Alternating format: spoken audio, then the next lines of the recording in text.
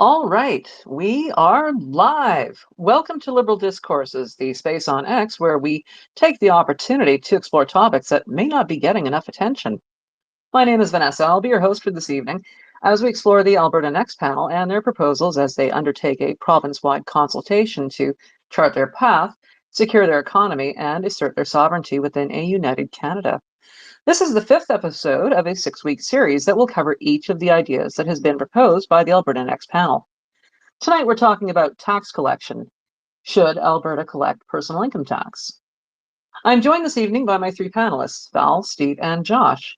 Each of my panelists has a different take on the issue of Alberta sovereignty and independence, so this should be an interesting conversation. I'd like to ask them to quickly introduce themselves. Val, Steve, and Josh.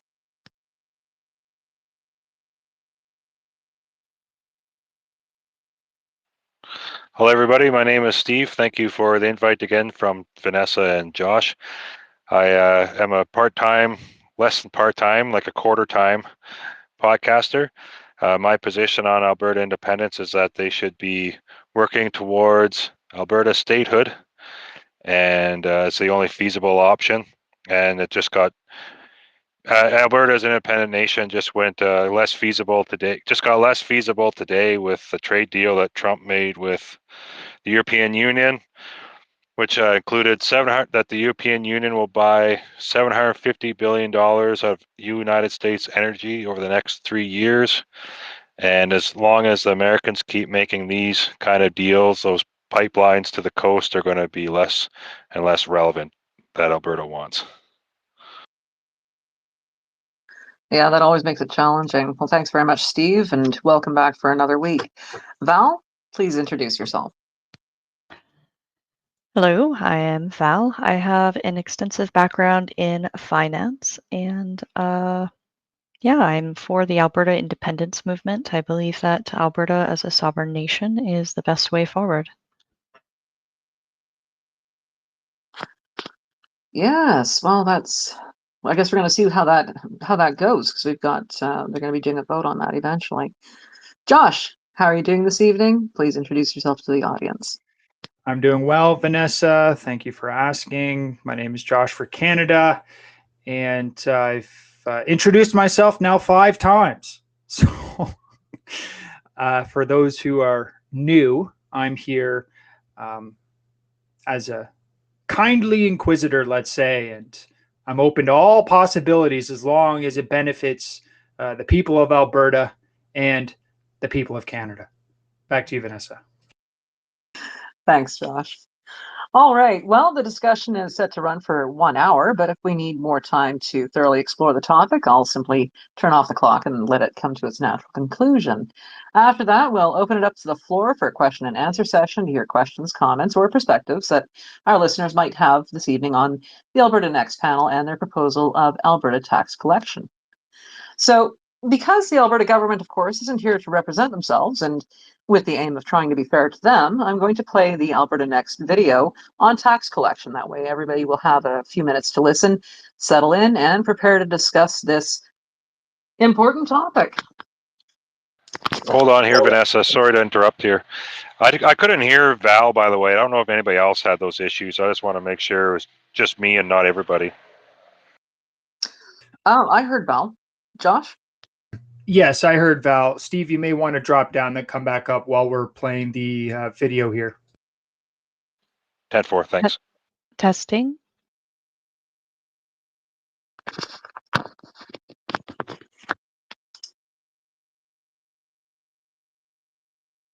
The Alberta Next panel is touring Alberta to hear from Albertans on how our province can better protect ourselves from Ottawa's economic attacks, while building a more prosperous, strong, and sovereign Alberta within Canada. A provincial referendum on some of these ideas is coming in 2026. But what's on that referendum ballot and what happens next for Alberta is up to you. One idea being discussed by the panel is Alberta collecting all provincial personal income taxes, rather than having Ottawa do it for us. Today, when Albertans file and pay their personal income taxes, they do so through the Canada Revenue Agency, which then remits the provincial portion of those personal income taxes back to the provincial government. However, Alberta businesses file and pay their provincial corporate taxes directly to the provincial government. Quebec does it differently. They collect both personal and corporate income taxes directly from Quebecers, bypassing the CRA altogether. What if Alberta did the same? There would definitely be startup and ongoing administration costs, but it would also mean bringing good paying jobs to Alberta instead of funding federal employees in other parts of the country. Under Canada's Constitution, levying and collecting taxes is an area of provincial jurisdiction, and Alberta could transition over the coming years to collecting our personal income taxes, as we do with corporate taxes now. So, what are some of the benefits to Alberta collecting its own personal income taxes? 1. Better provincial tax policy. Currently, Alberta sets its own tax rates and credits, but definitions and treatments of income are still largely tied to federal rules, which limits our flexibility to implement more effective and competitive tax policy. We saw this recently when the federal government changed the rules on capital gains for doctors and other professionals, and Alberta was effectively forced to follow those same rules as it related to provincial personal income taxes.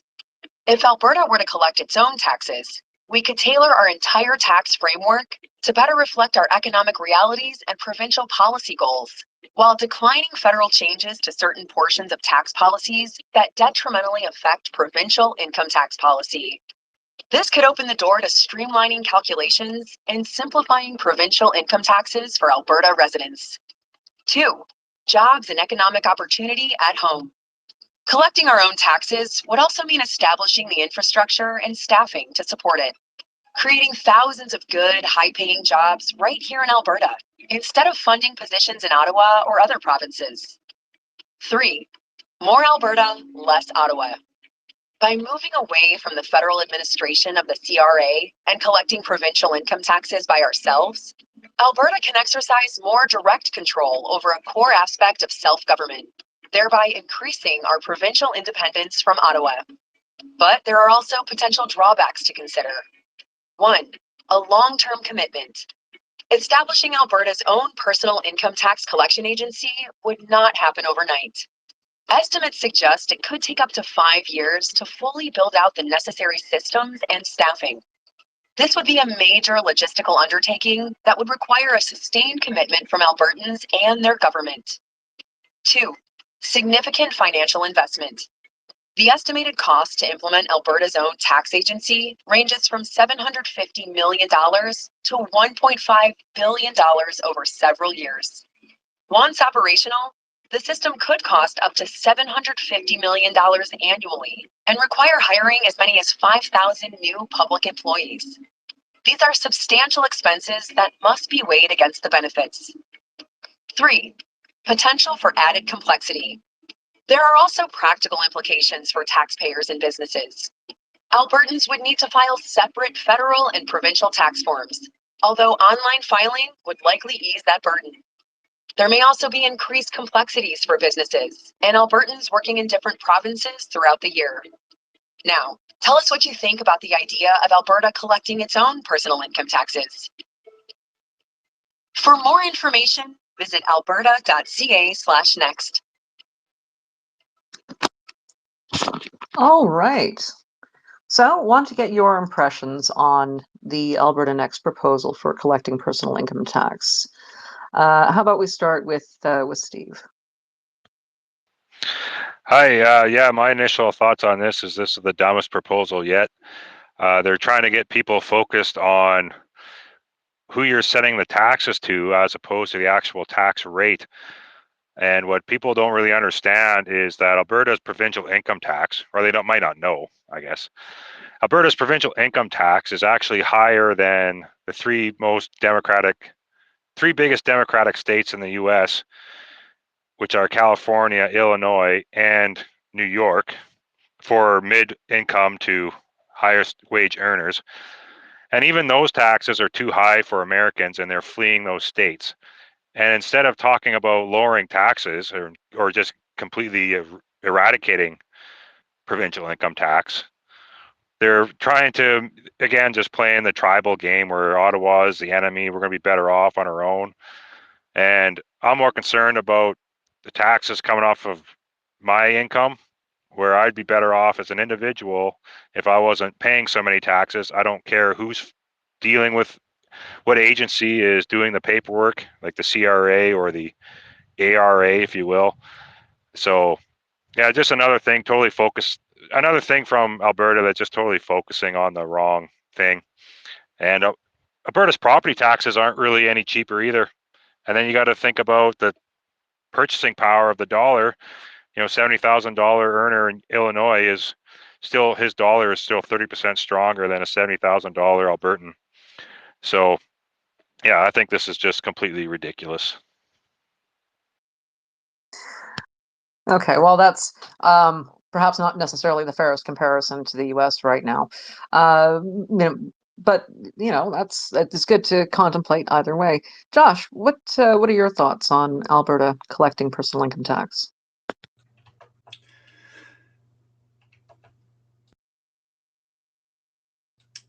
Pardon me. Well, the video here asks the question, should Alberta collect all provincial personal income taxes rather than having Ottawa do it? They outlined the pros as being a better tax policy. There will be more Alberta, less Ottawa, that it could lead to good paying jobs coming to Alberta. And they're fairly honest with the cons. It's a 5-year plan in order to implement this. The financial investment is significant. There's quite a bit of complexity around this, and there's a lot of logistical considerations surrounding Albertans who work in different provinces. So by and large, I thought the video was fairly honest. I just wish that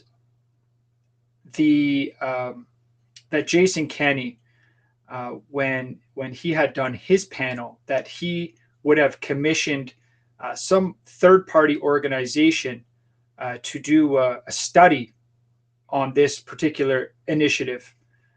It was being discussed at that time, but nothing came out of it. So the numbers associated with the transition here, we have 750 million to 1.5 billion. These are numbers that are either inflated or deflated, whatever it may be. Ultimately, we don't have any sort of empirical data localized to Alberta to work with on this particular issue. So my overall impression was I thought the video was very honest with the pros and cons, and I just wish there was some sort of study that could support the initiative. Well, fair enough. And when Kenny did his panel, that was many years ago. How many items were there on that list? It was like 25 or something like that, was it not? I'm not sure, but it wasn't many years ago, Vanessa. It was 2021, so that's not that long ago. All right, fair enough. Val, what are your thoughts? Is there any advantage to Alberta collecting personal income tax rather than having Ottawa do it? There are a bunch of small benefits of Alberta collecting it instead of Ottawa. They're very, very small, but there's many of them. So combined, they kind of make it balance out, right? I thought the video was pretty fair as well. I reflect Josh's sentiments about it. It had a lot more of the negative side, the cons in that video, whereas highlighting the pros is a lot more difficult because you actually have to get pretty nuanced.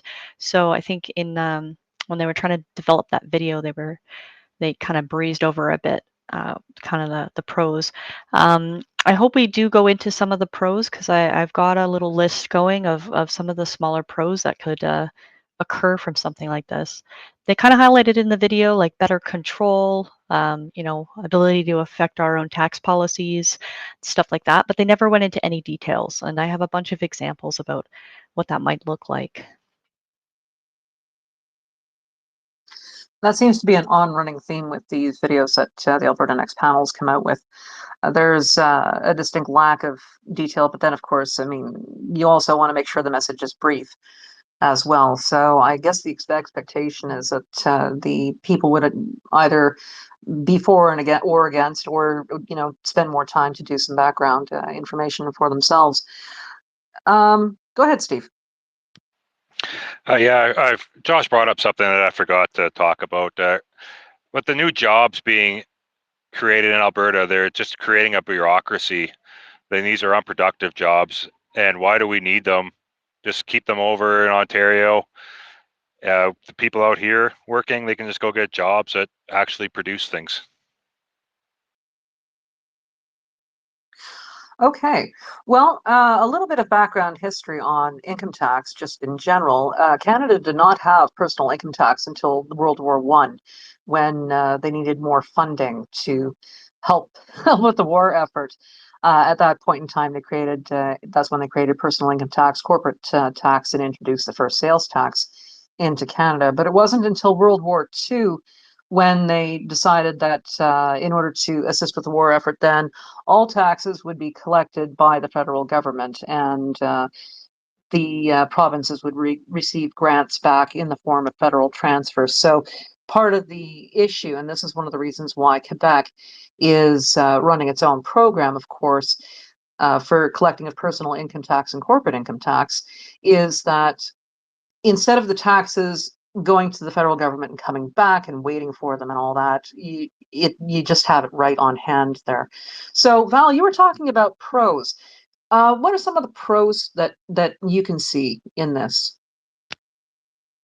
Definitely that turnaround time that you mentioned. There's no delay waiting for Ottawa to do its thing and then remit the taxes back to Alberta to be used within our economy or however they decide to use it, right? There's other little nuanced things as well, right? So currently, when you're dealing with like an income tax rate and tax brackets, if you wanted to change them, you have to actually go through the TCAs, which is, I think it's tax collection agreements that we have with Ottawa. So in order to actually change them, actually takes a lot of negotiating and time and all that other stuff. It's not too terribly difficult, but it is like a burden. So if Alberta wanted to, change some of its frameworks in like a flatter tax structure or changing its tax brackets, it could do so much quicker and much easier. Additionally, it could look at some benefits and incentives or tax breaks during downtimes of Alberta. So specific to Alberta, they could implement stuff rather quickly, perhaps to support sectors, or the other way around when sectors are doing extremely well, right?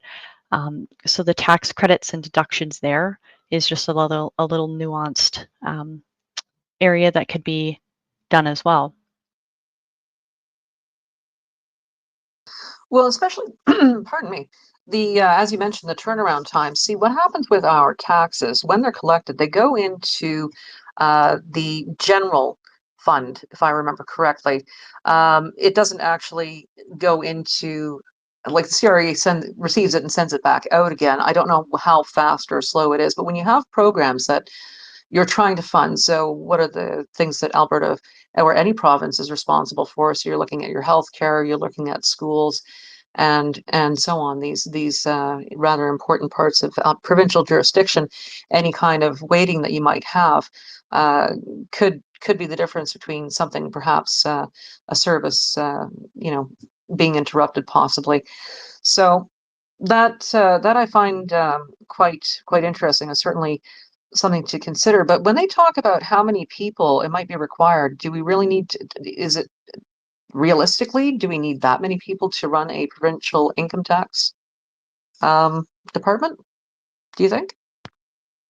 That's an excellent question, and I don't really know if they know, right? Perhaps it's just their best guesstimate. Um, that's a really good question. I have no idea, right? It's an undertaking in itself, and the cost to hire and put in this program is no small thing. That's not a small program, right?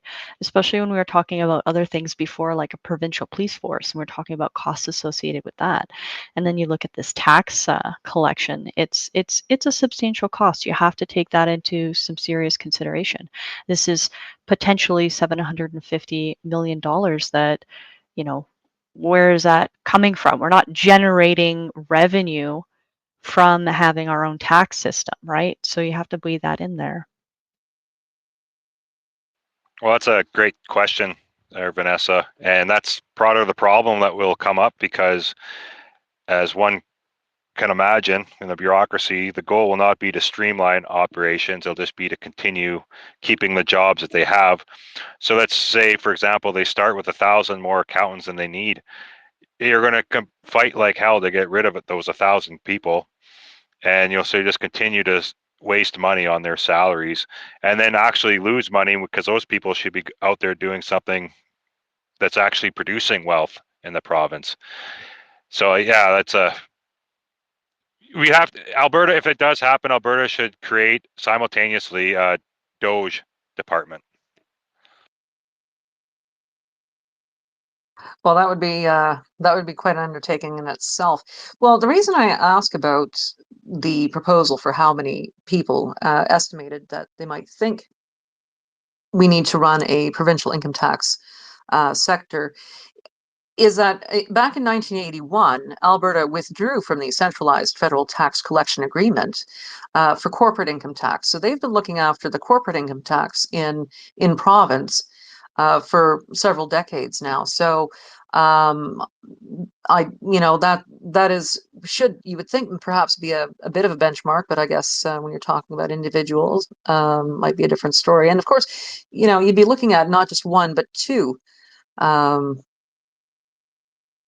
T4s, I guess, or whatever you want to call them. How do you feel about having to, because I mean, two of you are in Alberta. I know that Josh is not, but how do you feel about having to fill out a second form at tax time, everybody's favorite time of year? It doesn't bother me. That part's easy. Yeah, I think it sounds like more of a burden than it actually is, because things are more digital these days and the forms are actually a lot easier. A lot of people use softwares to just do it quickly. So it's not like 20, 30 years ago where you had to go and grab the paper forms and go through them and everything like that. And make sure that you have your batteries in your calculator and all that. Josh, what are your thoughts on this? You're from Ontario, so you've got a slightly different perspective on the matter.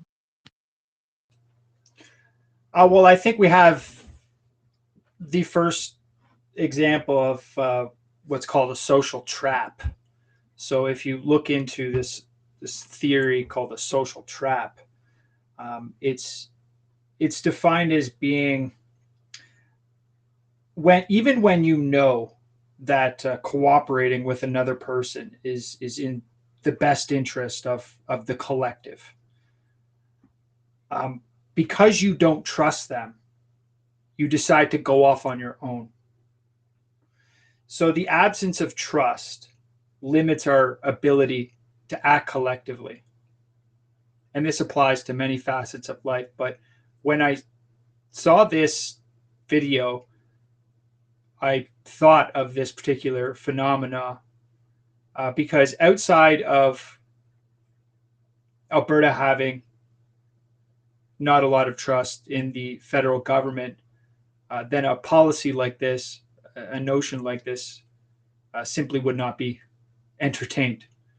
It's very expensive. 750 million is on the low side, but 750 million is projected to be the annual cost. The transition cost would be possibly $1.5 billion.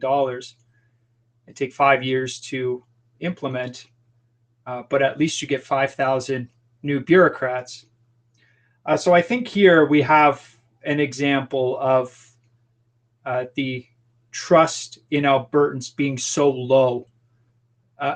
Trust Albertans have in Ottawa being so low that they are considering something like this, which does not serve their collective interest at all. But because they don't trust Ottawa, they pursue it in lieu of that.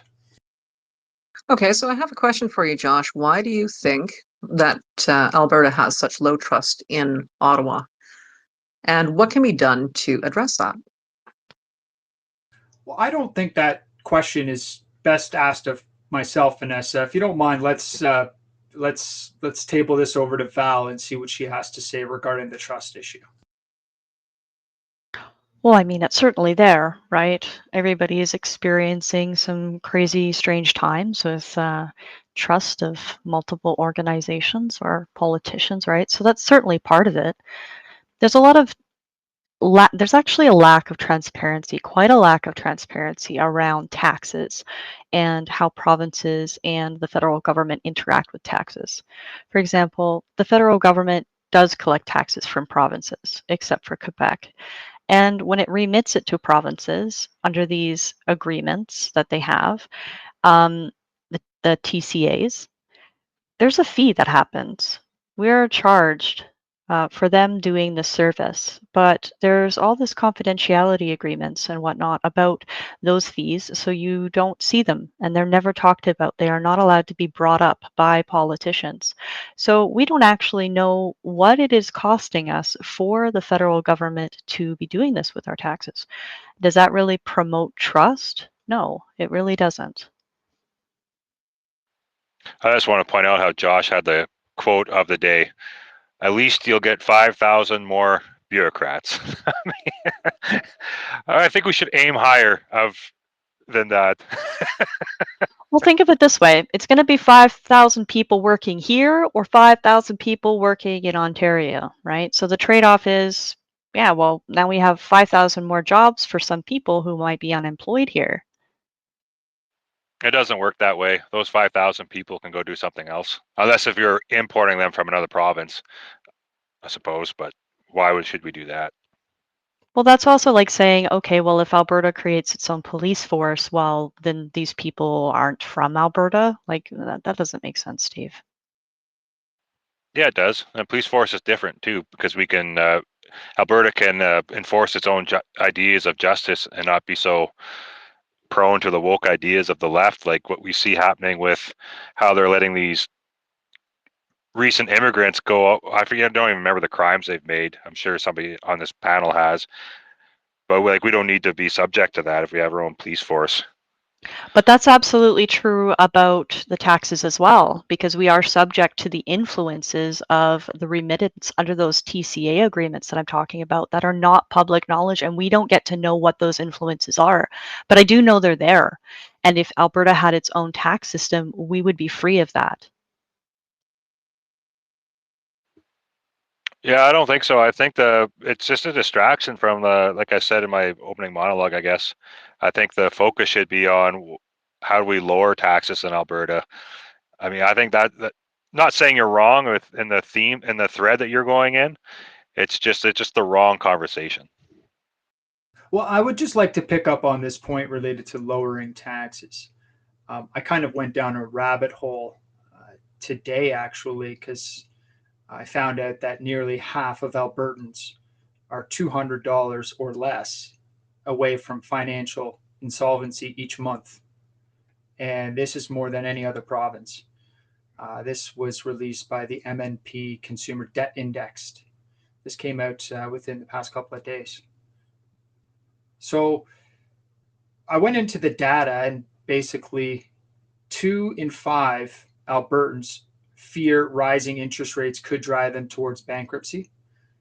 Albertans are more likely than anybody in any other province to report feeling anxiety or stress about their finances.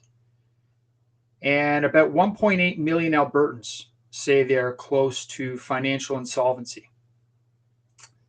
2 in 5 Albertans report they feel stuck living paycheck to paycheck.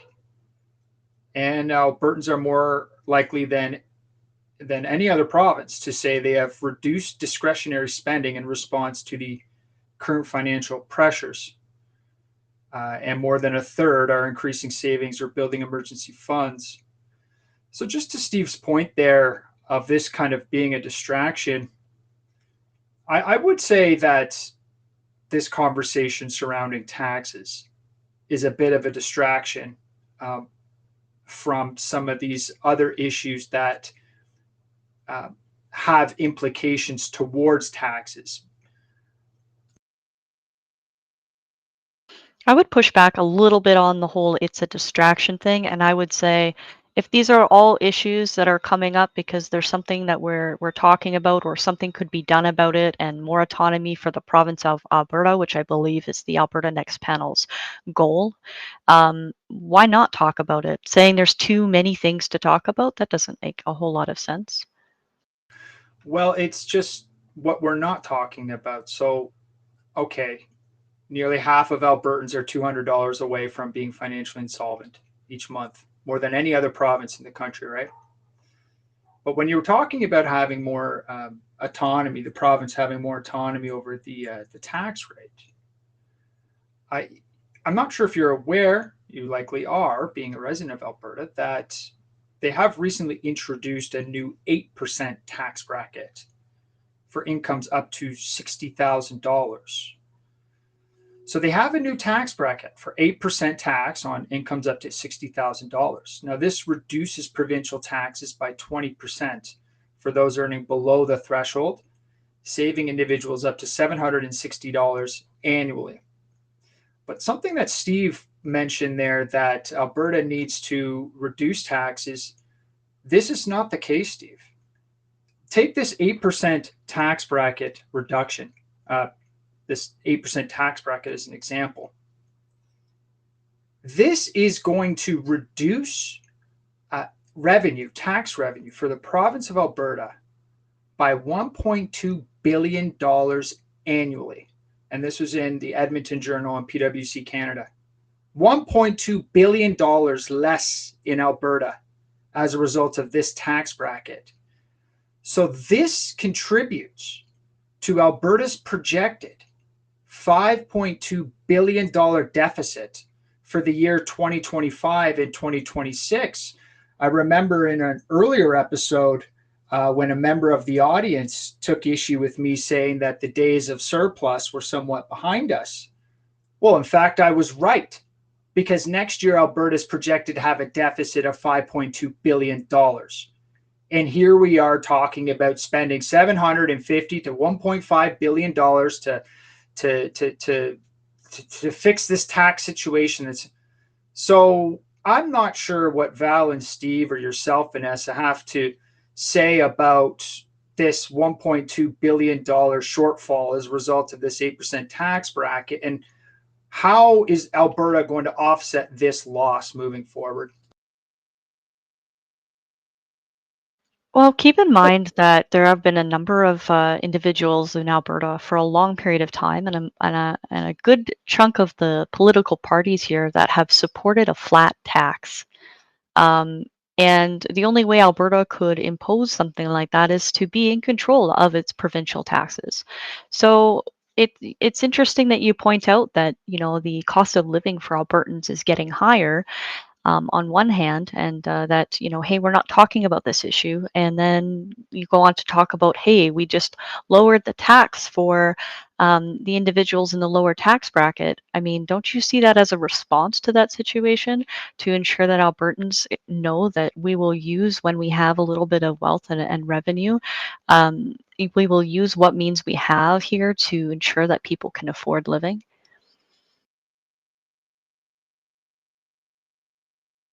Go ahead, Steve. Go ahead, Josh. I don't want to break. No, I don't. You guys are having a conversation. I'll just tune in when you guys are done. Okay.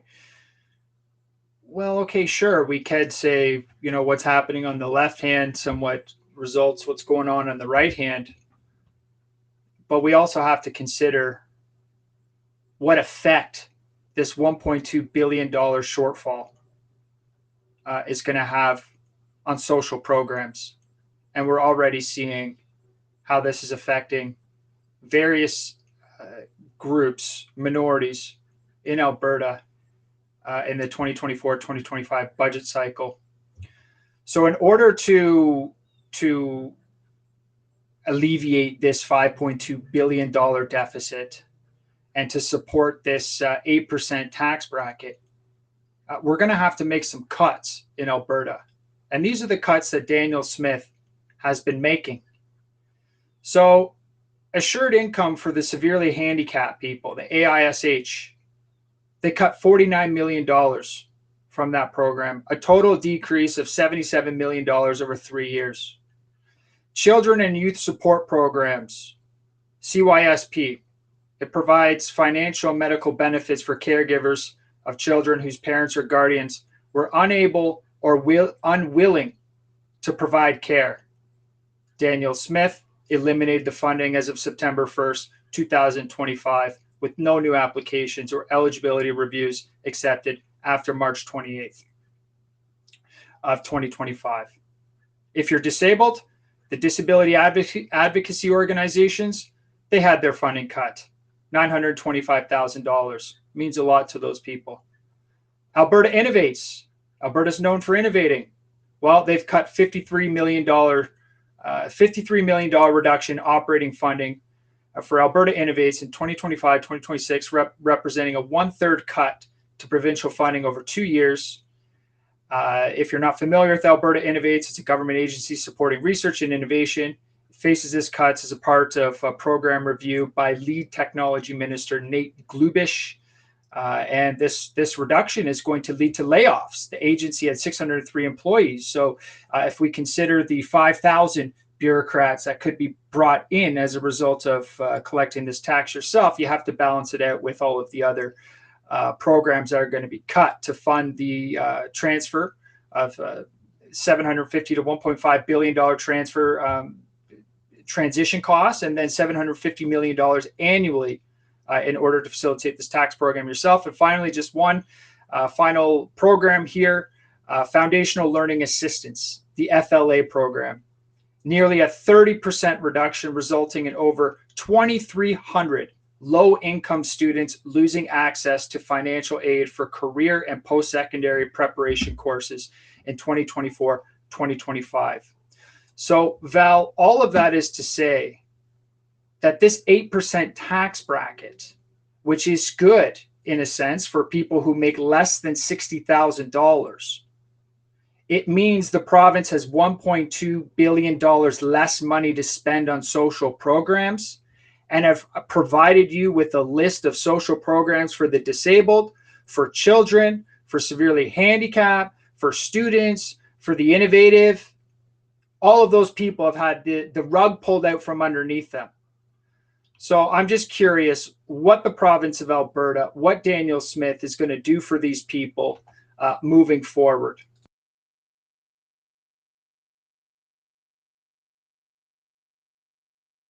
Go ahead, Val.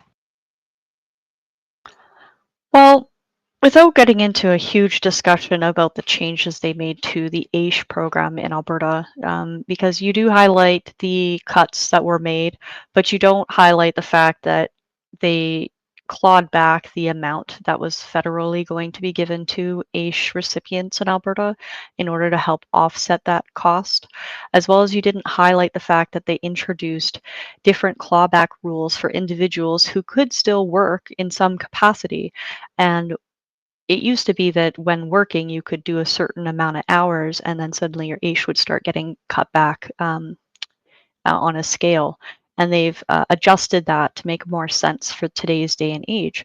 So without highlighting some of those things, along with a couple of other adjustments or whatever, it's a little disingenuous to say, hey, look, they're taking from all these social programs. Well, yeah, they are, but they're also adjusting them.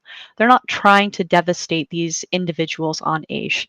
The direct impact of the cuts that you are talking about amount to about $60 a month. Now, I understand that AISH isn't a lot of money. It is one of the more generous programs in the country, to be sure, but it also isn't enough money for someone to live comfortably without having a roommate or a caregiver or anything like that. Okay, so I'm not disagreeing there. So $60 to one person like that might seem like a whole lot, but it's disingenuous to talk about it as if, you know, people are getting their incomes just completely gutted to the point where they won't even be able to live. Well, I think it's disingenuous to not even bring up these points right off the top. Daniel Smith is having a conversation around collecting personal income tax. She hasn't addressed the $1.2 billion deficit associated with this new 8% tax bracket. And she hasn't addressed the ever widening gap between the have and the have nots in the province of Alberta. She is not having this conversation She's talking about $750 to $1.5 billion to start, and then $750 million year over year to run this policy. And she's running a $5.2 billion deficit next year. Meanwhile, Albertans are living on, all they have extra is $200 each month. They're nervous wrecks out there. Anxiety's through the roof. So I'm not sure what's going on over in that province right now, but I think it's disingenuous for Daniel Smith to have this Alberta Next panel have a conversation around this policy and not address the income disparities that are going on in the province today. Well, here's the thing, right? Here's what's going to happen if you project out into the future. The costs of food is still going to go up. The costs of materials, items, household goods, rents, they're all still going to be, we're still on that increase in that area. So it's not going to get easier in the short-term future. It's going to get harder. So if Albertans are sitting on that line where $200 a month, and some people would be lucky and ecstatic if they had $200 extra a month here, I can tell you, it's going to get harder. So if you keep the tax rates at what they were, but someone can't even afford to live anywhere, and so they become homeless or into financial debt or whatever else have you, they aren't going to continue to be taxpayers. The country, or not the country, the province is going to suffer immensely from gathering those taxes. So what do? You do a tax break. You make sure people can still afford to survive, that they have this extra income that they have to go and spend in Alberta's economy. It's not like they're getting $200 or this tax break is going into everyone's pocket. It's going back into the Alberta economy for things that we are going to have to buy. Okay, so I don't understand where you're coming from when you want to talk about it being such a negative thing. Is it going to become part of deficit in Alberta's future? Possibly, but we also don't know what Alberta's economy is going to be like in our industries. In 5 years, maybe we have a massive boom. We have no idea. There are some indicators, sure, but we don't really know that. And I would rather that the deficit that exists go into Alberta's bank account as a deficit rather than devastate the people of Alberta who need that money to survive. Vanessa, just very quickly before we move on to Steve here, we talk about the future. Well, I think Albertans, while they were going through the COVID-19 pandemic, felt that the future was going to be a lot brighter. And post-Trudeau, that it was going to be a lot brighter. But I just want to provide you a comment here, a direct quote from Lindsay Birchill. And she's a licensed insolvency trustee with Alberta-based MNP Ltd. Okay, this is the organization, the Consumer Debt Index. Again, nearly half of Albertans are $200 or less away from insolvency each month. Most of them are anxious as a result of this. This is a quote from her. Albertans have not witnessed this kind of economic uncertainty since the COVID-19 pandemic. Many households are feeling anxious and stuck in a financial holding pattern, delaying major life or financial decisions as they try to navigate persistent economic pressures against a volatile global backdrop. This is the reality of the situation for the layman in Alberta. And people like Daniel Smith just don't want to have a conversation about what everyday Albertans are going through as a result of various bureaucratic mismanagements. I would actually posit back to you that this is a similar situation that you would see throughout all of Canada, including British Columbia, Saskatchewan, Manitoba, and your province, Ontario. The one thing that Alberta does have in its favor over any other province is that it is still the only province in Canada that does not have a sales tax. So, panel, I'd like you to contemplate that for a second and give me your thoughts on the lack of sales tax. Is it time for Alberta to contemplate one? I remember what happened to Jim Prentice when he suggested it. What are your thoughts? Well, I'm for abolishing income tax and having a sales tax. it would be better. And then the sales tax would actually go towards fixing the services in your municipality instead of being subject to whatever the province and the federal government wants to do. And then it would be a better fight to start fighting to get rid of GST. I don't know how they'd go about that, though. Val, what are your thoughts on a provincial sales tax? I mean, it's possible. You'd have to understand, they'd have to do some analysis based on what is bought and sold in Alberta in order to determine what a good sales tax would be if you were trying to abolish a provincial tax at the same time. It's doable. I mean, it exists in places in the world, right? It's people like it because it's just simple. It's just a flat tax, right?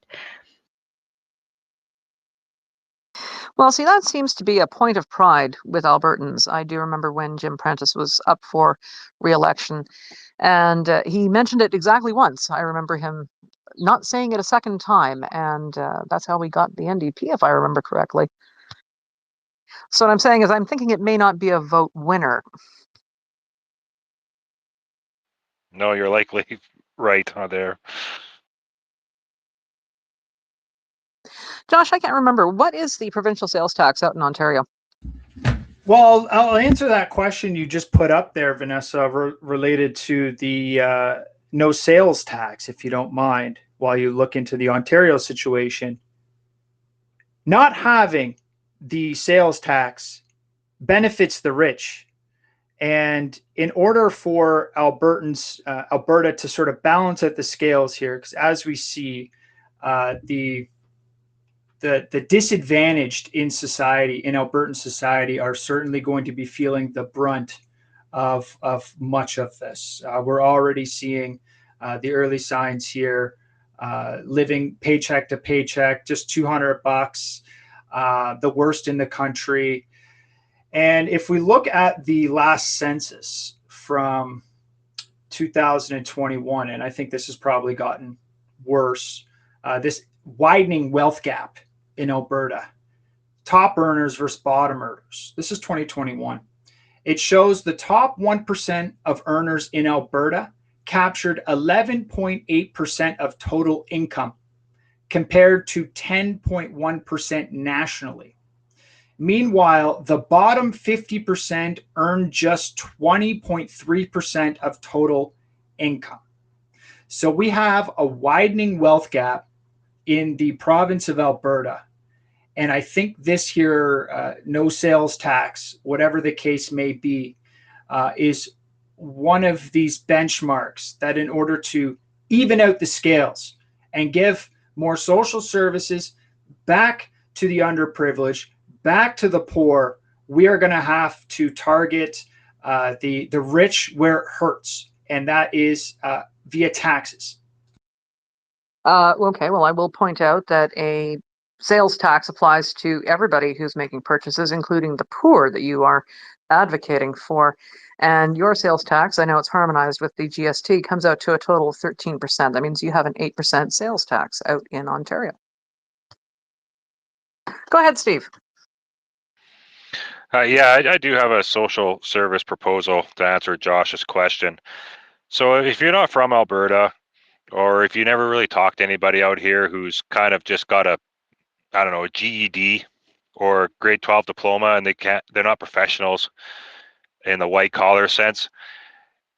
A lot of people, they don't really know how bad the jobs are out here in Alberta, specifically the oil field ones. So when I was working in Ontario, for example, they were so surprised. Oh, why you can make so much money doing this, that, and the other. And it's all hearsay, but they don't understand these jobs are horrible jobs, and they're often in remote areas. And I include Bonnyville, Alberta, Cold Lake, remote areas, because they're just junk places to live in. So my to help out these people is if you take these jobs, anything out of the Edmonton metro area, obviously you have to iron it out, because there are places like Grand Prairie. But people who do these horrible jobs and these businesses and companies are always looking for people because somebody's going to come along, they're going to do it for a month and they go, man, this sucks and I'm lonely. So they quit and they go back down south to wherever they came from. Either completely get rid, and I know there are some northern allowances for if you're way up there, but my proposal to help these people get out of their dire straits is, predicament that they're in, that Josh is saying they're in, is to just get rid of the taxes for those jobs or significantly lower them and incentivize people to go up there and work. And you got to understand, like, people are doing 2 weeks at a time in remote areas, sacrificing family time, sacrificing time to hobbies, or if they're single, meeting somebody. And then they just get taxed to death as if they're a dentist or a lawyer or some other profession that's in Calgary who's got a way better life. So like $100,000 is not your whoever making $100,000 is not the same for every person, and there should be some reward for these people who have no education really. They basically struggled through school and they really can't make ends meet because these jobs are horrible. Like, I don't know, that'd be one of my proposals. Well, just a quick response there, Steve. I disagree. Lowering the taxes, as we have seen with this 8% tax for people making under 60,000, it resulted in $1.2 billion less revenue for the province of Alberta. So to make up for that, they had to start cutting programs. And that's what they did. So who suffered? The people that are disabled, the children. We also have students, the innovators.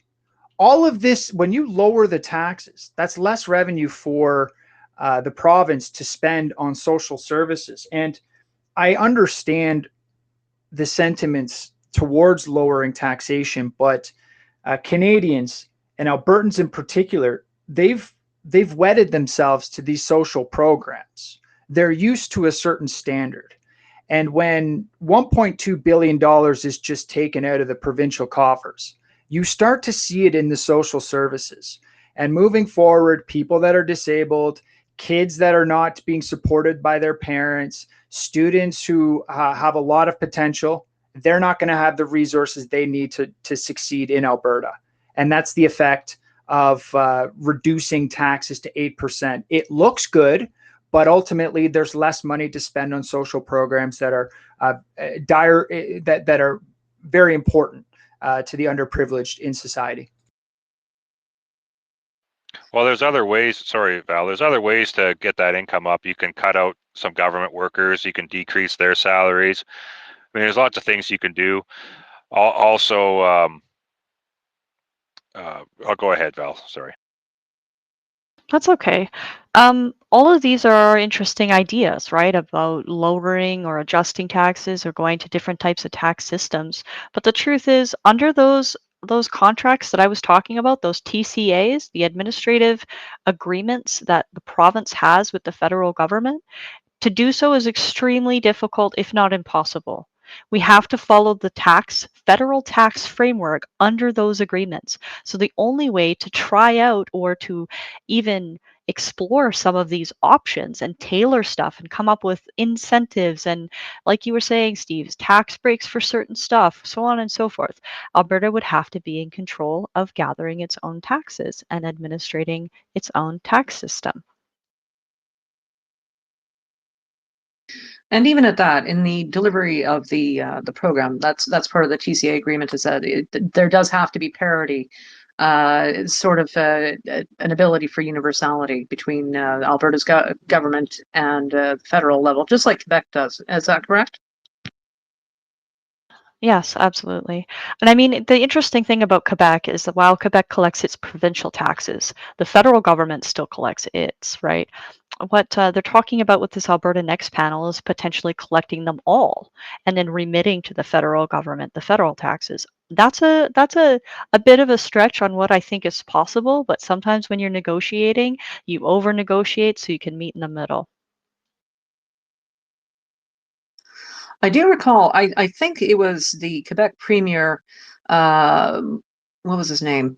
Maurice Duplessis, who suggested something similar back in 1952, where Quebec wanted to collect all the taxes and would hand over the federal portion to the federal government, and they eventually had to wind up with an agreement where Quebec could do their collection of personal income taxes. There would have to be a separate for the federal, but there would be a 16% abatement applied to the federal taxes just to ensure that Quebec residents weren't double paying, so to speak.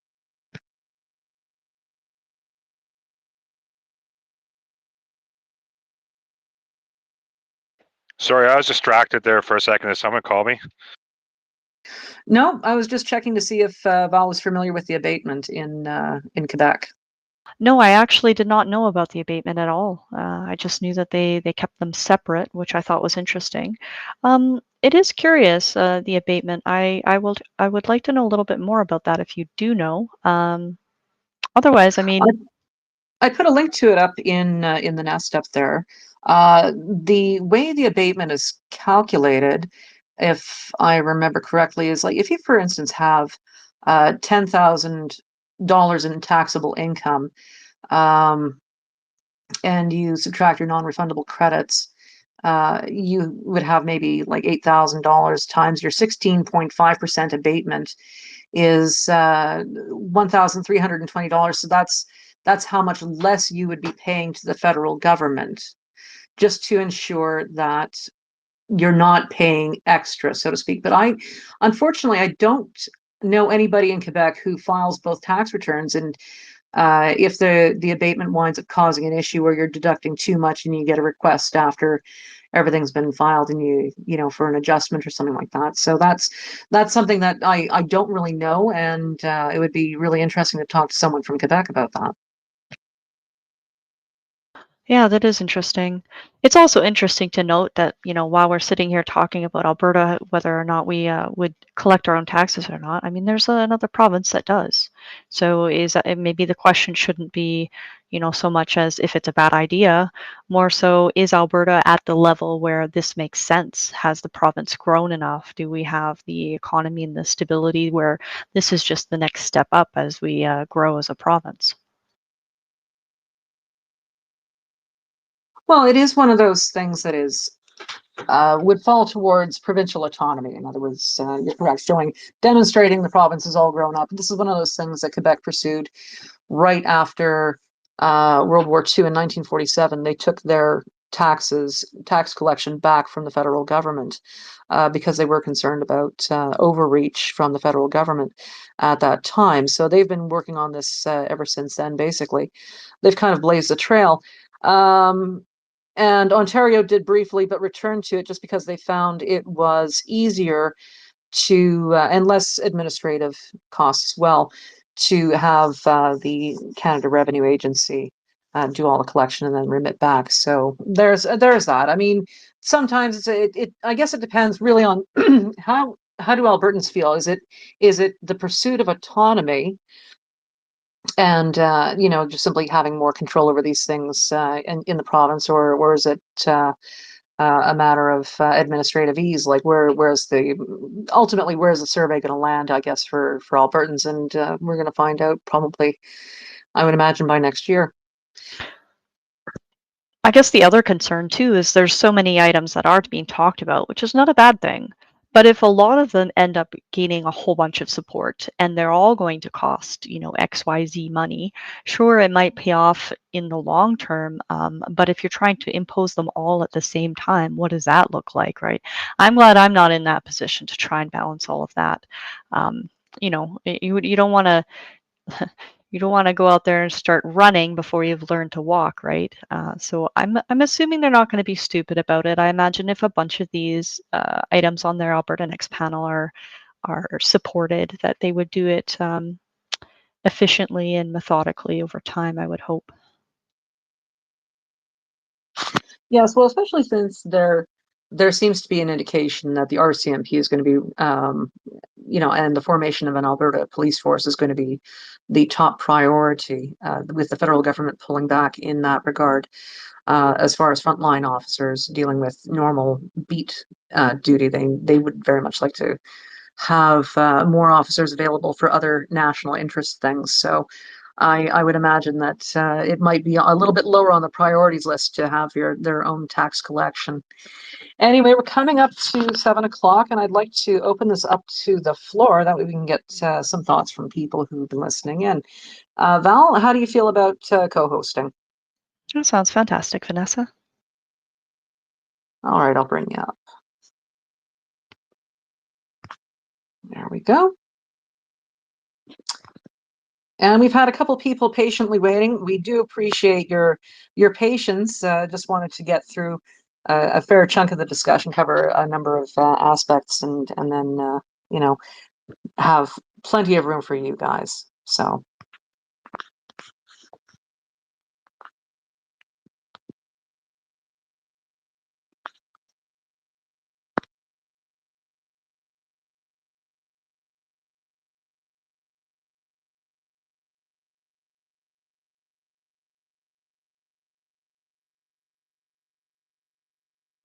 I just realized my microphone was off.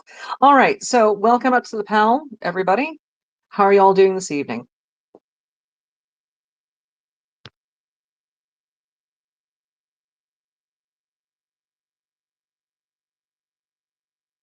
Vanessa, you're going to have to sort of delegate who Yeah, speaks first I and see stuff. that. There's a lot of dead air here.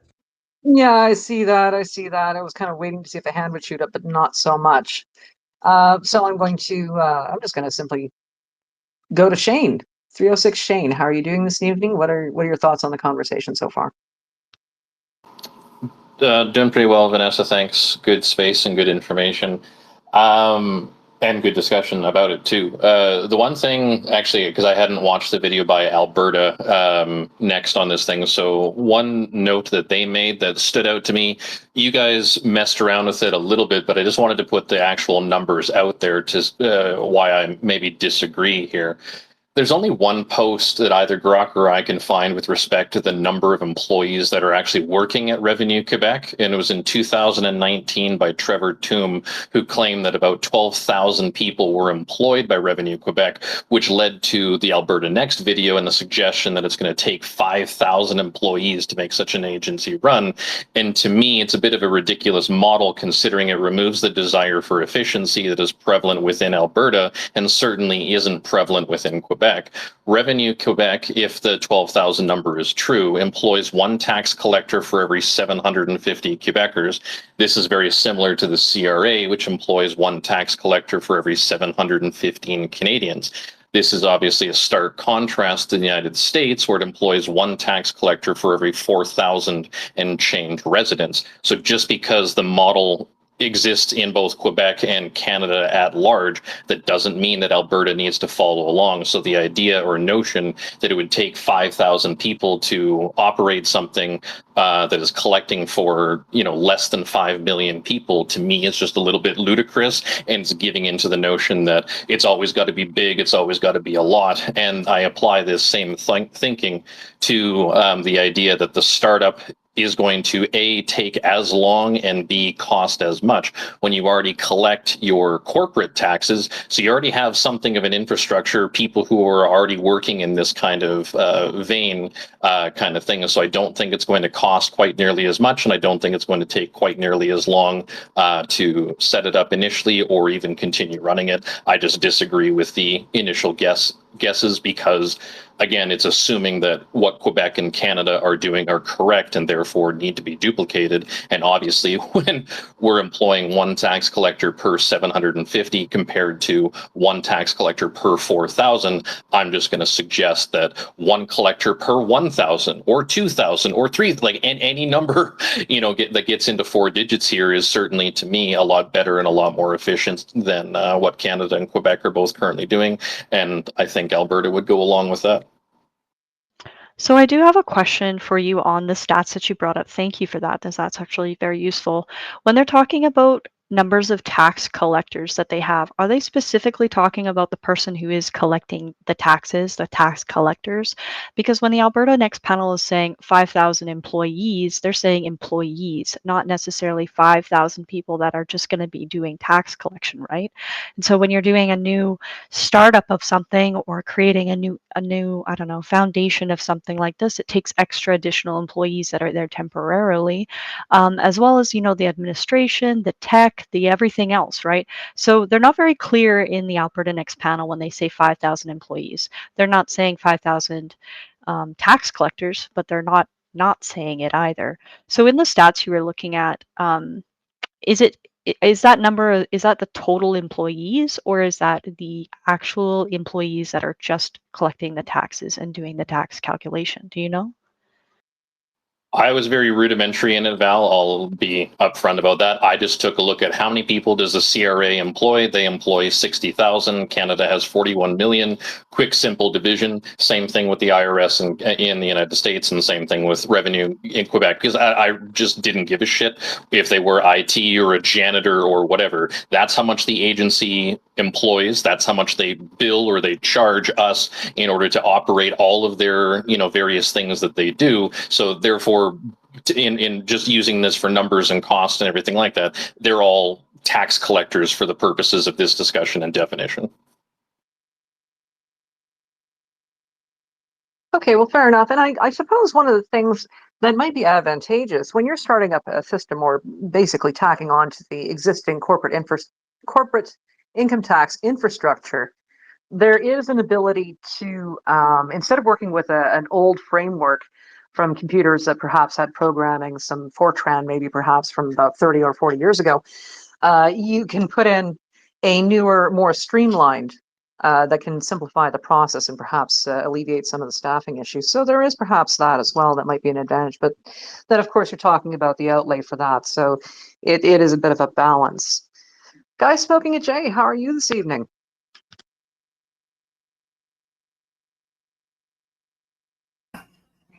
Hello, can you hear me? Yeah, I can hear you. Oh, okay, perfect. Yeah, no, I'm not doing too bad actually. I'm just sitting down just up there having a listen to what you're all saying. I just kind of wanted to bring something forward that nobody's really addressed, and that's the fact that the federal government violated the Nuremberg Code when they rolled out these mandates and forced vaccination on the people. That was specifically highlighted in the National Citizens Inquiry's final report. Okay. I believe Can that it is our duty as a people to no longer provide the federal government with our tax money, period, as they are using it in a malice manner and have used it against the people and violated the Nuremberg Code, specifically crimes against humanity. Okay, well, I was wondering how that would connect to taxes, but thank you for clarifying that. Val, what are your thoughts? Yeah, that's actually something I hadn't considered before, right? We're all paying for the federal government and whatever it does, for better or worse. And so, in some of the situations that are for the worse, yeah, if they've crossed the line, I mean, isn't it better to be in a position where you can protect yourself and protect your province, in the form of not remitting money to something that you might view as potentially nefarious or possibly going to be using your tax dollars for things that are detrimental? But and currently with the Alberta Next panel, what we're talking about though is being able to do the personal income tax provincially. There would still be a requirement, of course, for a federal income tax, and I'm not sure that that would be necessarily something we could opt out of at this point in time. I think that falls more under the Alberta separation at that point. So, Mr. Nobody, how are you doing this evening? Yeah, thanks, Vanessa. Can you hear me okay? I sure can. Okay, I just want to make some comments on the previous dialogue that your panelist has made. Now, this program AISH, it's an acronym for the Assured Income for the Severely Handicapped, which is the name of the Alberta program that name of the Alberta disability program that people were referring to. Now, I'm familiar with some of these people who are severely handicapped in quotation marks. That's basically a hyperbole for a number of these people. I'm not saying everybody that's on this program are able to work, but there is people out there who are able to work, let's say, in a part-time capacity. And I've seen some of these people work either, on a temporary or part-time basis. And AISH does encourage people that if they're able to do so, to seek out employment opportunities that they're able to achieve. And if I'm correct, they can make $1,059 net, not gross, but net, before they start clawing back the monetary benefits. But also with AISH, if you qualify, they're not on the hook for medical expenses like pharmaceutical, optical, certain dental expenses. So there's also other benefits that this group or this demographic of people does benefit from, where they're, where they don't have to pay out of pocket or be a part or pay into some sort of plan in order to receive those medical benefits.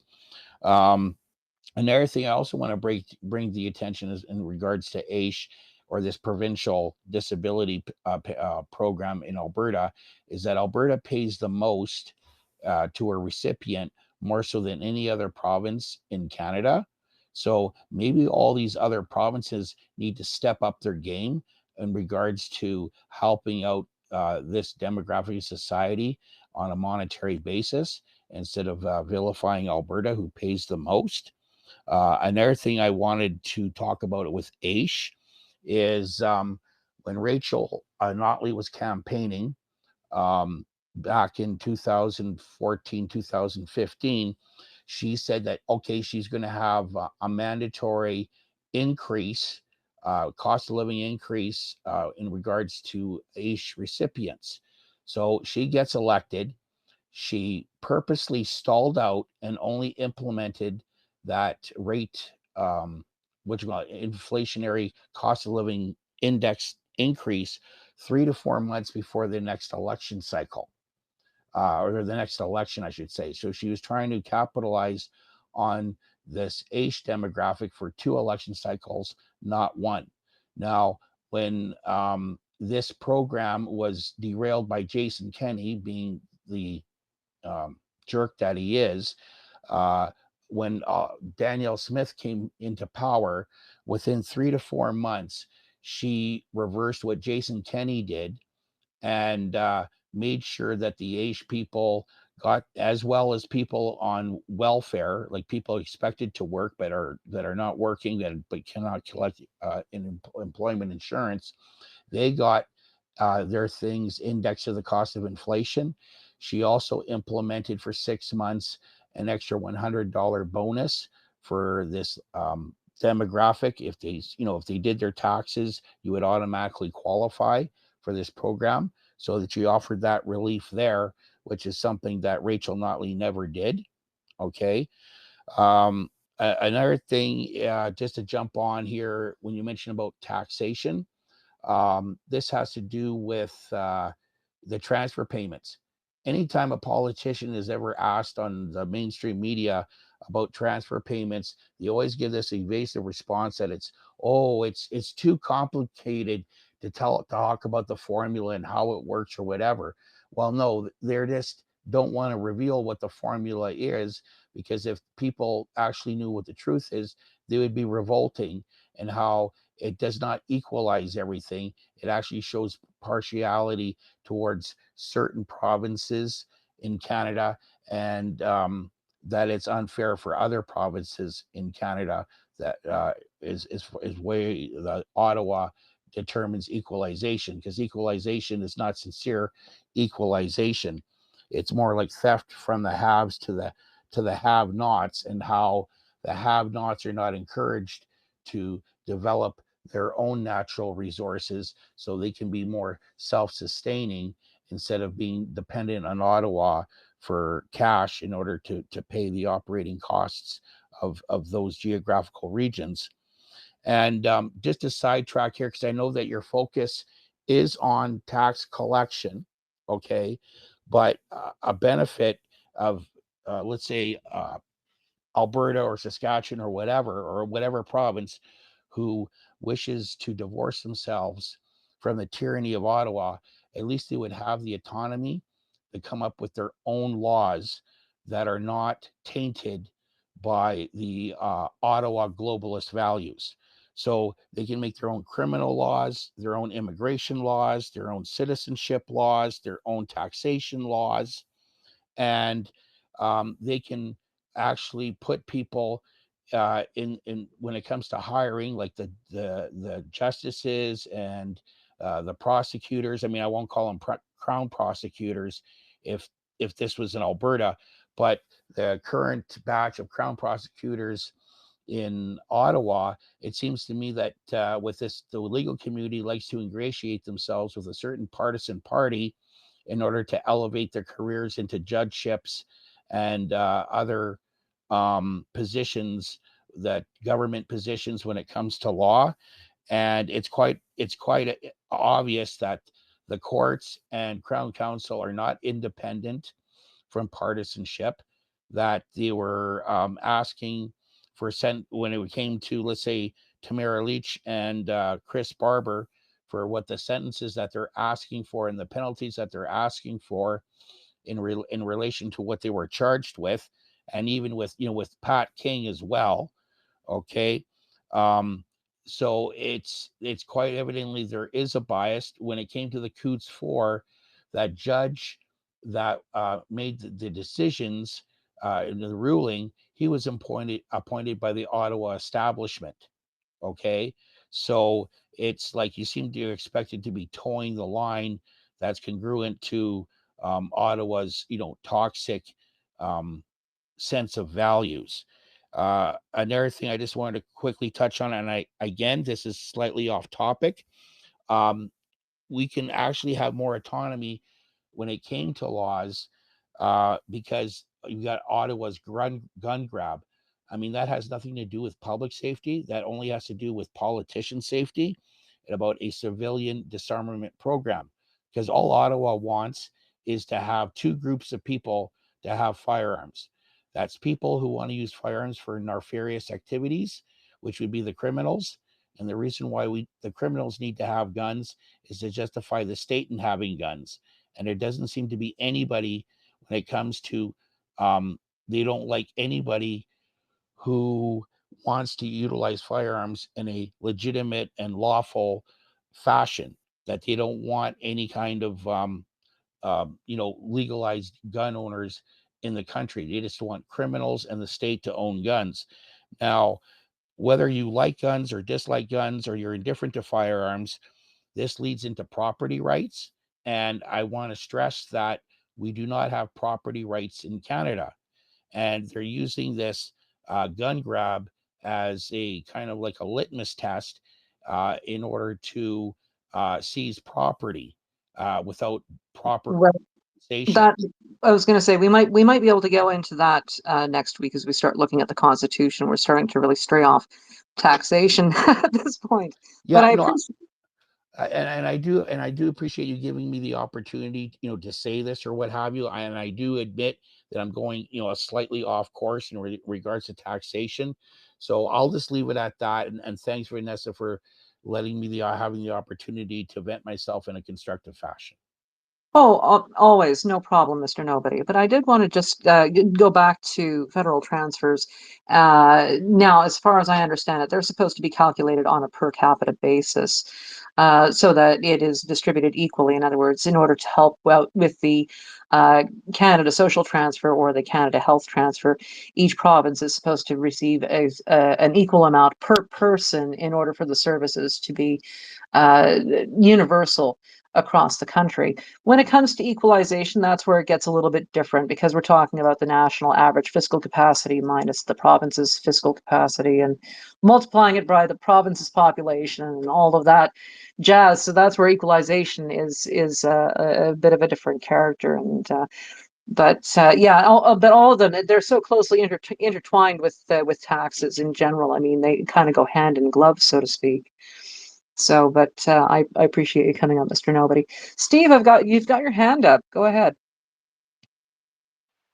Yeah, I'm just gonna chime in. I know it's a common theme through these 5 lectures is that people are so focused, or Canadians are so focused on how to maintain this social program or how to fund that one, or what are we going to do to keep it.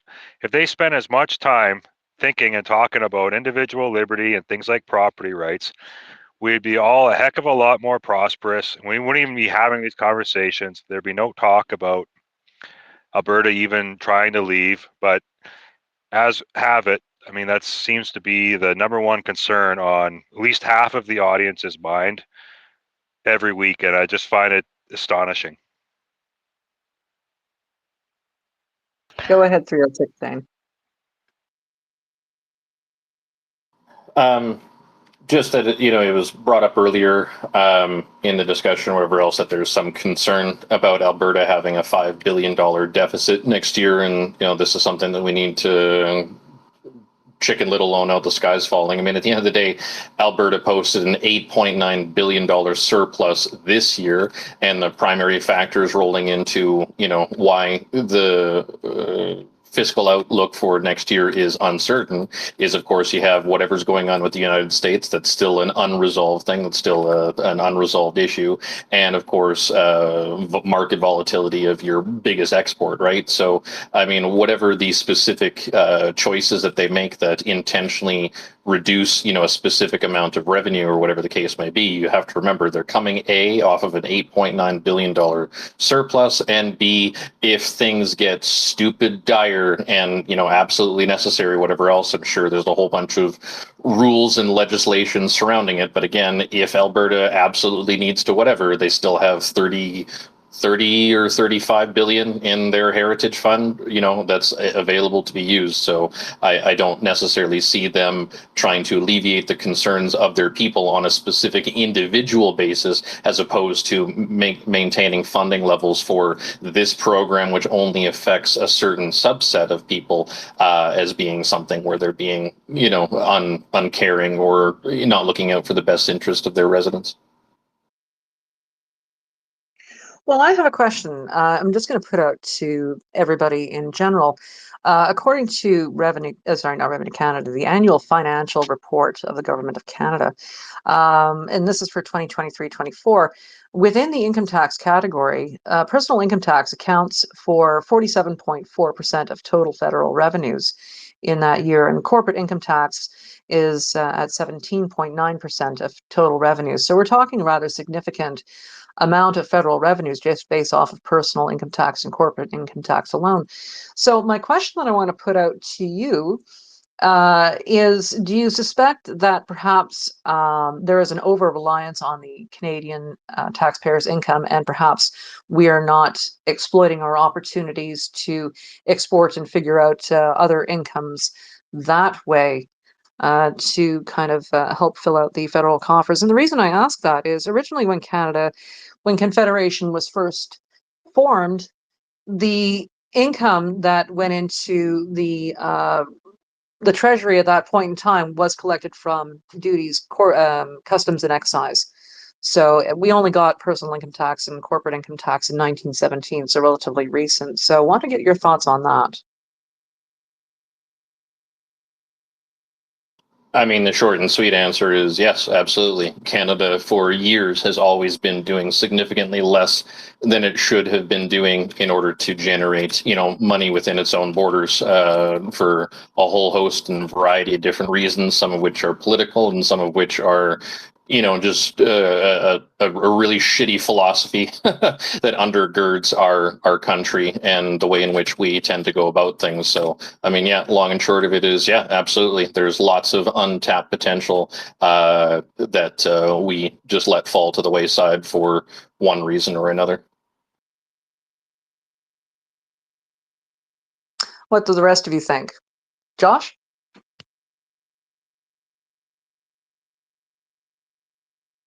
Sorry, Vanessa, I didn't hear the entirety of the question. You'll have to ask somebody else. I'm sorry, I disconnected.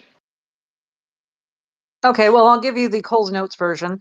Since Confederation, initially, we were collecting all of our revenue to the Treasury through customs and excise.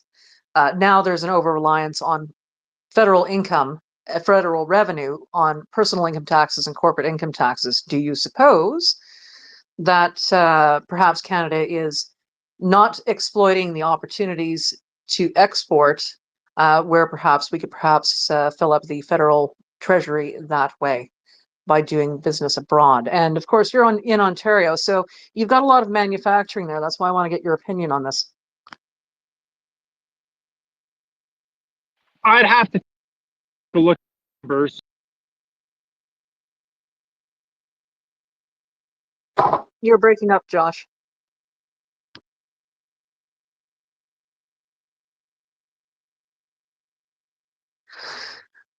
Okay, Val, what are your thoughts? I'm kind of on the same standpoint as Josh. I think I'd have to look a lot more into that before I could speak very confidently about it. Okay, fair enough. I know that our current federal government is believing that the green energy is the way forward. Now, there's some question about that. Of course, it's new tech and untried versus, say, resources, which is something we're very heavy in, blessed with already naturally. What do you suppose might be the outcome? A better way to go? Focus on resources or pursue new tech, or a little bit of both? Probably both. There's no reason to not try and develop both sides. In terms of tax collection, though, just swinging it back to the topic, you can use, once Alberta has its own tax collection and has the better autonomy over its incentive programs and whatnot, and bonuses or special tax considerations for certain industries, we can use the tax system to try and develop industries beyond just resources or oil and gas. And I think that's definitely something we should explore. We are a very resource rich province, and everyone here, I don't think I have to reiterate it, it goes up, it goes down. So how do we buffer out those years where it's probably going to go down at some point, right? And that's how one way you would do that, encourage the growth of other types of industry in this province. Diversify the economy, in other words. Yeah, absolutely. Exactly. Well, true enough, and you're certainly correct. Alberta's been through many booms and busts, and of course, the other thing we're wrangling with right now as well is the brouhaha when it comes to pipelines and environmental concerns, and of course, in general, there is an inclination to try and get some of these projects fast tracked overall in Canada as well. So, how successful do you think? Because I mean, it looks like some of these, due to environmental concerns, have been put back about 10 years at least. Do you think we can overcome that and help grow our economy? Well, that's a very good question. Alberta's been fighting against a lot of those policies for years, and in some cases, decades. So, I mean, we've definitely had a what seems like a big shakeup with the trade with the United States and whatnot, and the current new prime minister. But everybody in Alberta knows talk is cheap. We'll see what happens. And I would like to be optimistic and to think that, yeah, some of these things will shift and change and the country will adapt. But I haven't seen any indication of that. I've seen premiers of provinces try and meet with each other and sign MOUs and say, yeah, we need these projects, and really push for it. Like many provinces are pushing for what they need against these specific federal policies, but I haven't seen any actual action yet, right? So, I mean, time will tell. I mean, that's all I can really say. Well, indeed, and that is part of the balancing act in all of this. In order to collect the taxes, ideally, you need your economy to be growing or in a constant growth state. I think usually they try and project 3%, but that's not always necessarily possible. And the only way to really do that is to kind of take the brakes off of industry in some regards. And the provinces do have some latitude on that, but when it comes to more major projects, perhaps not so much, of course, thanks to overriding federal regulations. So that's going to be, I think, something that's going to be on all provinces' plates to deal with in the next little while. Well, I do think it's worth mentioning here that in the 25-26 budget, the province of Alberta, by way of revenues related to natural resources, was over $80 billion. Don't have the exact figure, but I know it's over $80 billion. It could be 81 billion. That's a projection. So tell me how the province is going to be going through a $5.2 billion deficit. If you're making over $80 billion from your natural resources, yet you're still putting up a deficit, something is fundamentally wrong. Go ahead, Well, Val. well, I mean, the snide remark to that is, well, then maybe we shouldn't be giving away so much for equalization payments. But obviously, that's not a very constructive answer. So, how is it going to be potentially running into a deficit because the previous year we had a surplus? I mean, that's how Alberta works. That's how it goes here. It is up and down, and it can change on a dime. It can change year to year, right? We weren't expecting an giant surplus like that, and here it is. So, I mean, it's all about what we do with it when we're up, and planning for how do we combat it when it will be down, not if it will go down, when it will go down, because that's how our province functions. Well, resources as a whole are, it's going to be volatile moving forward with the tariffs and the things of this nature. So it is important to diversify, as the panelists have been saying. Indeed, it is. And one of the things that they're looking at, though, is becoming sites for infrastructure for IT, data centers, and all of that, taking advantage of our cold climate. That might be one way to kind of use the natural elements that we're blessed with, I suppose.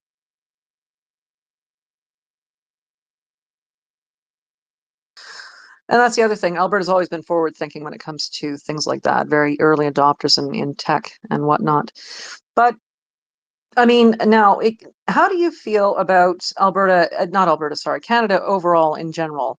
I know that there has been recently a document put out by the Fraser Institute saying that the increase in taxes that people in Canada across the board have been suffering has gone up since, I believe it was the 1960s. Originally, it was 36% of 33% of the average family's income went to pay taxes in 1961.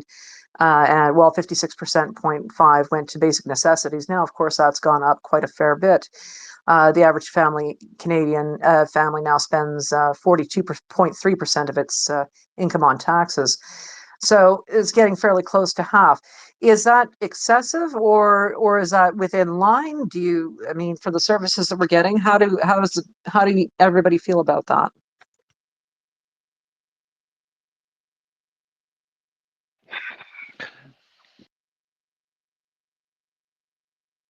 Okay, well, let's go with Steve. You guys are fighting for the microphone. No, I was going to say, my opinion, Canada sucks ass, always has, always will. It's only going to get worse. It's never going to get better from here. So enjoy it while it lasts. I was trying to temper my response so it didn't echo exactly what Steve said there, but he said the words out loud. He said it directly. So I knew at the beginning of the pandemic when they announced the money situation and what they were going to do with CERB and the bailouts and everything that they were spending on and the debt and whatnot. I was in the finance industry. I knew exactly what that would mean. I knew that it could potentially devastate this entire country country, because this country is pretty precarious in a couple of different industries and areas when it comes to money, currency, and inflation. And it scared the bejesus out of me. But I thought, you know what? All the countries of the world are going to go through this. We will figure something out. I'm sure that, they won't go too crazy, etc.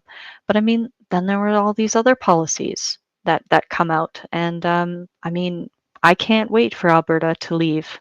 I honestly, every time there's a bill that comes out, I can find things in those bills that are eroding away liberties, freedoms, money, everything. And I really, really feel that Alberta needs to get out as soon as it can.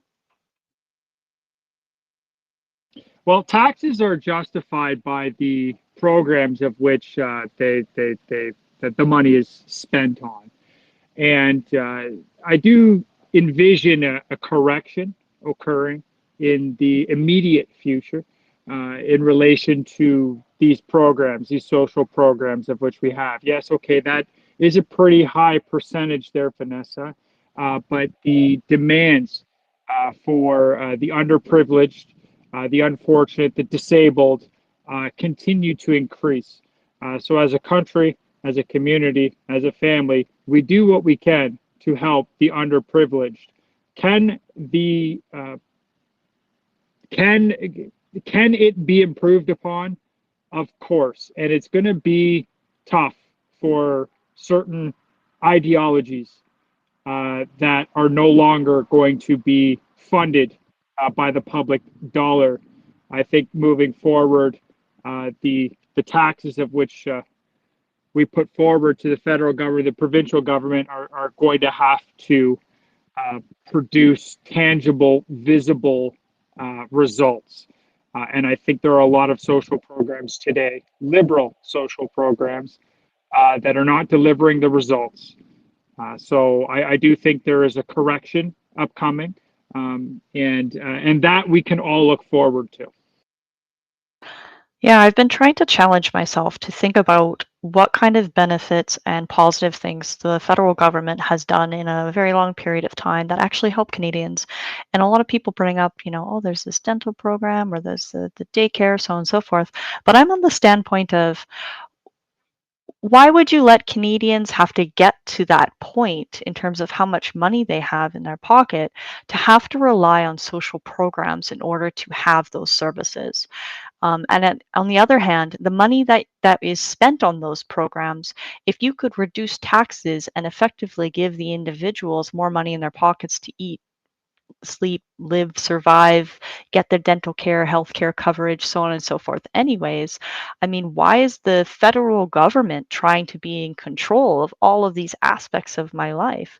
So, every time there seems to be a problem, it just seems to be a new social program that the federal government can spend our tax dollars on that, I mean, that have restrictions on who can actually benefit from it, as opposed to just helping the people directly. Just help them directly. Slash the taxes, use the money to invest in things that bring more money to the economy, because you can't fund social programs with nothing. Right now, it's just coming directly out of our pocket. It's not coming from economic growth of the country, and that's a huge problem. Well, this is a common fallacy. You're not necessarily weighing in the economic advantages of these social programs. That would require some extensive research, but it certainly is not zero. But when you sort of speak about social programs as sunk cost, it's antithetical to the Canadian society of which we have here, which is a base level of care for every citizen. And I mean, these programs are there because the Canadian people want them. And we know the Canadian people want them because they continue to vote for the Liberal Party who provides them. So it's simple as that. These programs are there because Canadians want them. It is and it isn't, because you also have to remember the velocity of money as it goes through the economy. The problem is if you have less disposable income, that means there's less money flowing through the economy to help stimulate it. So that's where it becomes a bit of a balancing act, trying to balance off the taxes required for the social programs while still allowing Canadians to help generate the growth that the economy needs through the purchasing power that they have. And I just want to throw this out here just so you guys know, for the top 5 countries with the highest personal income tax rates in the world, number 1 is Finland with 57.3%. Number 2 is Japan at 55.95. Denmark is 3 at 55.9. Austria is 4th at 55, and Sweden comes in at number 5 with 52.3%. So I suppose it becomes a little bit of a, you know, we're perhaps not too bad, but of course, let's keep in mind also these are very small countries with with landmass and not as much infrastructure that they have to worry about quite like ours. So there is that as well. Good evening, Fortis. How are you doing this evening? Thank you. Not too bad, but I just have a couple things. One is I really want to know how they can calculate when they're doing a tax on a tax. So that's kind of one question. And the other one is you show me any bureaucratic program that's been run efficiently. What do you mean by tax on a tax? I think I have a good understanding, but I just want it to be clear. I know I was looking at the other day, and a couple of bills that I've been looking at actually show a tax, the percentage that you pay, and then they total all at the bottom, and then you're paying another tax on that total. So you're paying a tax on a tax. Well, there's certainly a lot of areas that are subject to overlapping taxes. Are you talking about something specifically like purchasing something at a store? Are you talking about when you file your tax returns? I think it was actually like a green tax. Okay, so you have something that's a green tax, and then at the end is the government tax, but it's also including some type of eco or green tax already. So it's taxing the additional tax. The reason that happens is usually the eco part or the environmental or those little additionals that are up above are not considered taxes directly. It's put under some other name, some other whatever. I think every Canadian kind of knows it's a tax, right? So it allows them to double tax it in that manner. Yeah, if I can just quickly interject here, they like to use the word levy instead of the word tax, even though it's pretty much the same. And just to give an example to what Fortress said is, let's say you're buying something that comes in a refundable container, whether it's pop or liquor or orange juice or what have you.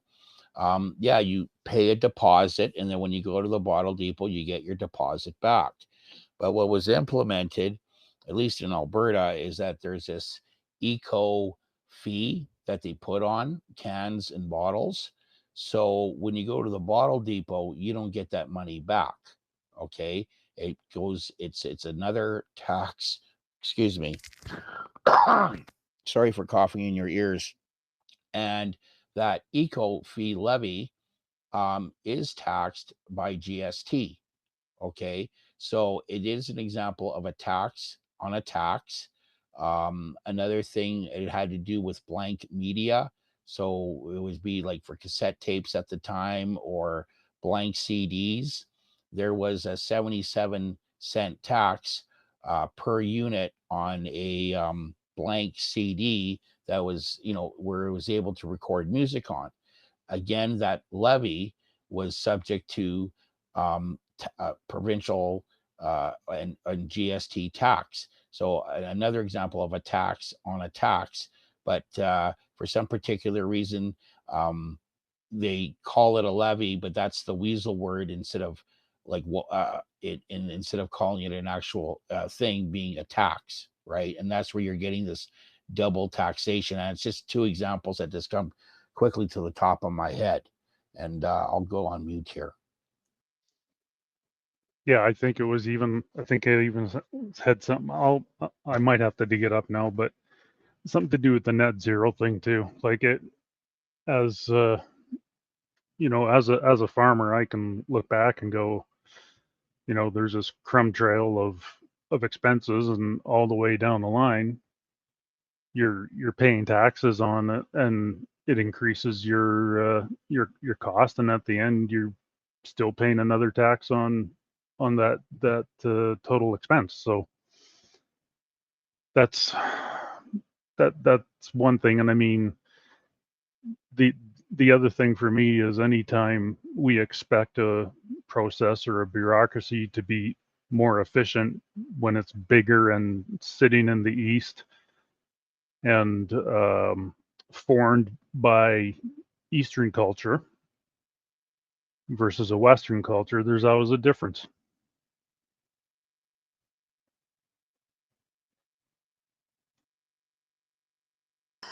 Well, I appreciate you supplying the, the examples of tax upon a tax there, Mr. Nobody. I'd completely forgotten about the retail aspect, but you're correct. That's one of those places where, yes, deposit in Enviro, and then tax on top of it. Okay. Well, one thing that I'm surprised Val, you, Vanessa, and Steve never brought up was the federal government's tax on capital gains. That was mentioned in the Alberta Next video, and if there is a nuanced benefit to this proposal, it would be the ability to kind of like filter out or resist federal taxation policies such as the tax on capital gains. So I thought that was a pretty good point that they had raised in the video. I don't remember them bringing that up, Josh. I do. But the thing is, when we start getting into capital gains tax, that is a little bit more specific. Right now, the bigger concern would be, can Alberta pull the personal income tax back from Ottawa? That would be the one that would concern most everybody. Capital gain. They mentioned it for a couple specific people, if I remember correctly, specific positions. They're one and the same in that if you were to take your personal income tax, you would have then the legislative authority to resist the capital gains tax. It was presented as this is something we could work towards. Whether they could do it immediately, I don't know. There might have to be some court challenges, but if they were to secure the personal taxes, they would also, in theory, be able to resist some of these federal policies. In theory. So I have a question for you, Josh, just because you're out in Ontario. How do Ontarians view this? Would this be of any benefit to Ontario, or is the proximity to Ottawa kind of negate any considerations in that regard? My history on this subject matter is not where it should be, but if I do recall, Ontario had once taken full control over taxes, personal taxes, and they decided to give it back to the federal government. Is that not correct, Vanessa, in some way? Didn't Ontario give it up? Yeah, they did back in 1950. Okay. They took it back in 1947. And they gave it back for one of them in the early 50s, something like that. I can't remember the year offhand exactly. But having said that... Yeah, having said that, the precedent has been set. Like to reverse things now, like this policy states, it would be consistent with Ontario, but the cost would be so much larger because we have a larger population, 15 million compared to 5. So Alberta's population being at 5, they're projecting the transition cost to be $1.5 billion, and the upkeep would be $750 million per year. So here in Ontario, because we already have the federal government running that operation, I mean, why? It doesn't make any sense. to reverse it. Well, no, the reason I understand from an administration standpoint, but the reason I ask, of course, is because I understand that Ontario, much like every other province, also receives federal transfers in order to support your healthcare and your school boards, for instance. And would there not be a benefit in being able to avoid the middleman of sending your collected taxes to the CRA and then back out again, to simply collect them at source and be able to utilize them more efficiently that way? Yeah, on that, I would defer to somebody else. Yeah, I think it's, cost benefit analysis. But I think the cost of the transition would just, it's not feasible. We would never do it. So for Alberta right now, it's just, that's cost that would help with your $5.2 billion deficit, right? You're just going to pull $750 million extra each year while your oil's getting taxed. It's not happening. So this policy just doesn't make sense for Alberta, and Daniel Smith knows it. Interesting take. Go ahead, Mr. Nobody. Yeah, just quickly here, and I'm not 100% accurate on this, so I'm not too sure if I'm saying something that could be misleading. But another example of double taxation is that could be double taxation, has to do with products that are subject to a sin tax. So like tobacco, liquor, and now marijuana, there's a federal sin tax, there's a provincial sin tax, and then you got your sales tax, right? So I remember when Stephen Harper was campaigning, and one of his things he was campaigning on was to reduce the GST from 7 to 6, and then finally reduce it down to 5%. Well, during that transition from 7 to 6, then from 6 to 5, when it came to those articles that were subject to sin tax, the GST was reduced on a pack of cigarettes or on a bottle of wine, but federally, and this is what we're not upfront about, is that the federal sin tax went up correspondingly in regards to the loss of revenue on the GST, because the federal government did not want to lose out on the revenue stream when it came to the sale of those items.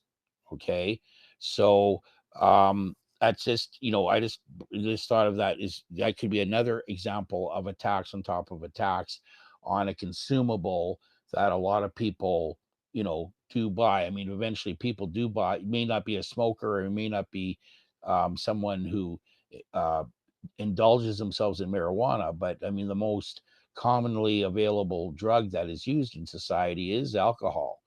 And then again, with your can of beer, or the can the beer came in, the bottle, again going into the eco fees.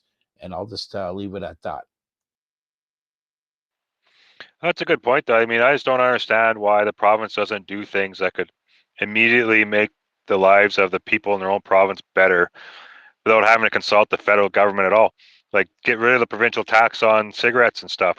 Who cares if it's supposed to be bad for you or whatever? Just why do they have to follow suit with all these ideas and on every product? Just or gasoline taxes. Just get rid of, do what they can for the individual in their own province. And that's why I agree with Josh. Danielle Smith doesn't give a crap. She doesn't care. She just wants to get reelected. Well, I do think that's true. She obviously wants to be reelected. It's her job. It's her field. I do believe that maybe she does, maybe she doesn't give a crap, but I do think that some of the things she is doing is benefiting Albertans, and she certainly is pushing for Alberta to be moved forward economically, and that can't be bad for anyone who lives here. Well, we also have to remember that Jason Kenney was talking about this issue as well. He didn't commission a report to be made on it. From the outside looking in, and it's an absurd proposal. So my point saying that Danielle Smith knows it, she knows it, but that doesn't mean it's hers. It very well could be something that she's inherited from the past, and she's kind of stuck with it. Well, and that is part of the Alberta Next panel, of course, is to do the survey with the public and get feedback from them as to how they feel about that. And at least they are being upfront with the potential costs. That way, Albertans have the ability to consider whether or not that would be a worthwhile cost outlay. Oh, I mean, and even on that point in the video, it said the transition cost could be anywhere from 750 million to 1.5 billion. I mean, if you really, because there's no report, and I don't know where they got those numbers from, they could have put the transition cost at 500 million maybe, and then make everybody feel okay about it. You know, I don't know. It's just numbers they're picking up, but they put the costs at a very high. I don't know where they got those numbers from, but as soon as I saw those numbers, I'm like, okay, this is not worth it. Well, I would expect that for the sake of the survey, by having a broad bracket to draw from, because they are requiring Albertans to give feedback on that first.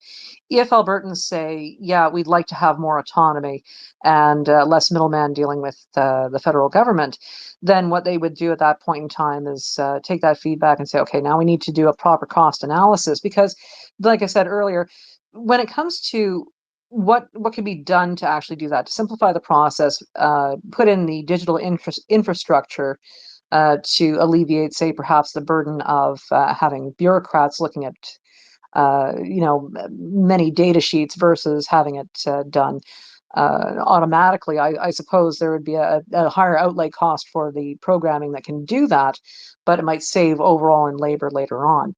So, but you'd be looking at enterprise software upkeep and licensing and all of that. So that it is one of those things that they would have to do more investigation on. But based on what Albertans give feedback on, is this important to them or not? I guess is the way it's going to go. So that 8% tax bracket is a curious development. It's so new. I don't know much about the history of it, but was that a tax that the province of Alberta devised themselves? But did they not have to run it through the federal government? Like the 8% for people that are making under 60,000 is a curious development in Alberta, I think. So it used to just be 10%. And so then they made a bracket so that if you were in even, the lower income range, it would be 8% for you. So effectively helping those that are not on the higher income range, having a lower tax bracket. An actual example of a tax change that helps low income earners. Well, I think it would be 8% off of everybody's first 61,000. This is true. Just to answer Josh's question, when Confederation was originally set up, the provinces had the ability to apply direct taxation to the people. They didn't for the longest time. Of course, they went through other various methods, public domain fees and licensing and all of that. They relied more on federal transfer payments earlier on to help with setting up of infrastructure and whatnot. But they have always had the ability to apply direct taxes. At 1917, when the federal government brought in income tax for the first time, and corporate income tax and the first sales tax, what was advantageous for the provinces, at least, was that they didn't have to take the hit in a PR campaign because it wasn't them applying a personal income tax for the first time. It was the federal government. So the federal government took the heat for that one. But yes, they've always had the ability to apply direct taxation.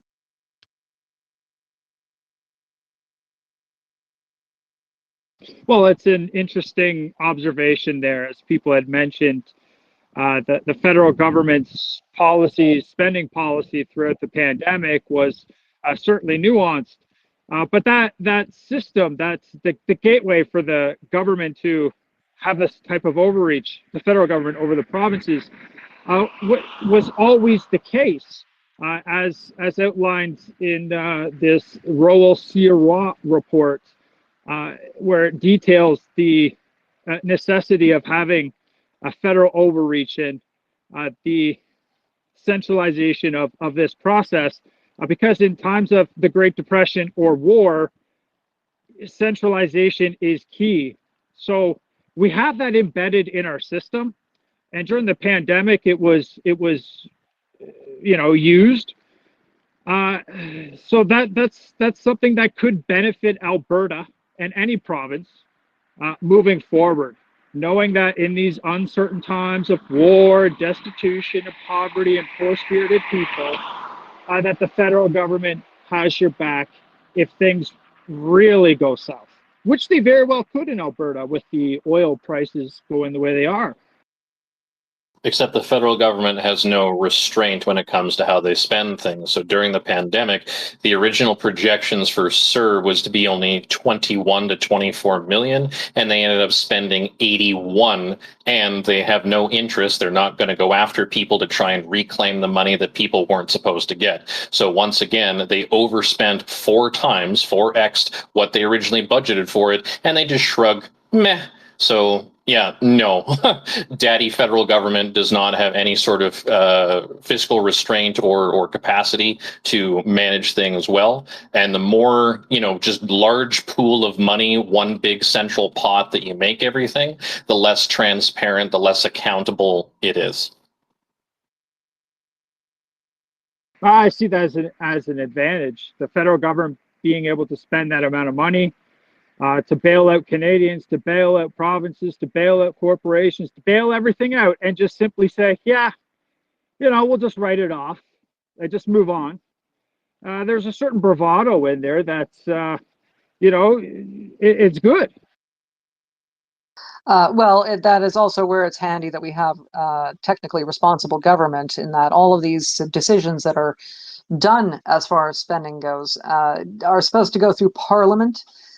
So technically, if you don't like what they're spending it on, you of course would get in touch with your MP and give them some guidance, so to speak, but politely. Go ahead, Fortis. Yeah, and also the bigger the pot of money, the easier it is to wash it, and the easier it is for corruption to start dipping into it. Yeah, and I mean, I'm not naive here, gentlemen. I'm speaking in it's theoretical. I'm referencing the Royal Sirois report, where it outlines the theory of Canada and centralization, and in the Great Depression and in war, it was to our advantage, and that rule never changed. So that being the case, it's well, I suppose I'll just land there. I don't really know what more else to say on the subject. That's okay. You know what? I'm thinking this is probably a good time to start winding it down. So I'm going to thank everybody for coming up and speaking tonight. And of course, thank you very much to my panel. Always.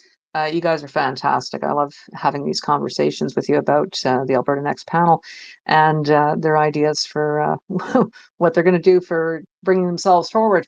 Next week, of course, is going to be our final episode on the Alberta Next panel. This is where we're going to be covering the Constitution. So this will be quite intense. We're going to go over what is possible and where the divisions are federally and provincially for jurisdictions. So this should be quite interesting. But I want to thank Boone Broker. I see you. What's up with the thumbs down? I was just, I made the suggestion that there should be one more episode after the final individual topic and do kind of an overarching recap discussion.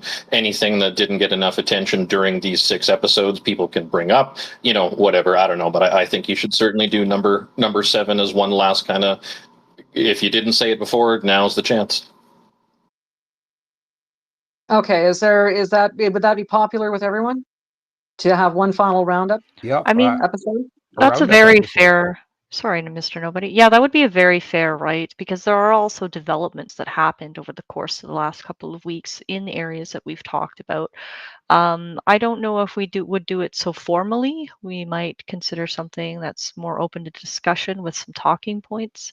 But I think that would be a fair thing. Yeah, let's just table it for now, Vanessa, and wrap this episode up. Okay. Well, I certainly appreciate the feedback. Certainly, as far as the topics specifically covering Alberta Next panel, the next one is going to be Constitution, and that's going to be the final one as far as the 6 proposed by the Alberta Next panel themselves. And we will certainly look into having a roundup episode to kind of go over developments and all of that. So, but thank you everybody for coming up this evening and speaking. I appreciate all of you. I look forward to seeing you next week. All right, and have a great night.